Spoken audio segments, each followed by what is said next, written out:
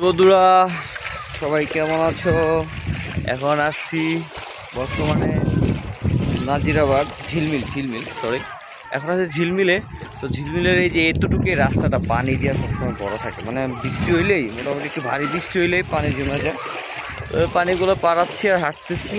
আর শৈশবের কথা মনে পড়ছে যখন তোমার এই পানিগুলা এরকম বর্ষার সময় যে পোলা পানি যে লাফাইতেছে দূরে, ওই যে দূরে পোলা পানি লাফাইতেছে, একটু ঝুম করে তোমাদের দেখাই। ওই যে বুঝছো, ওই পোলা পানিগুলো দেখা মনে পড়ে গেলো যে এক সময় তো আমরাও এরকম লাফাতাম।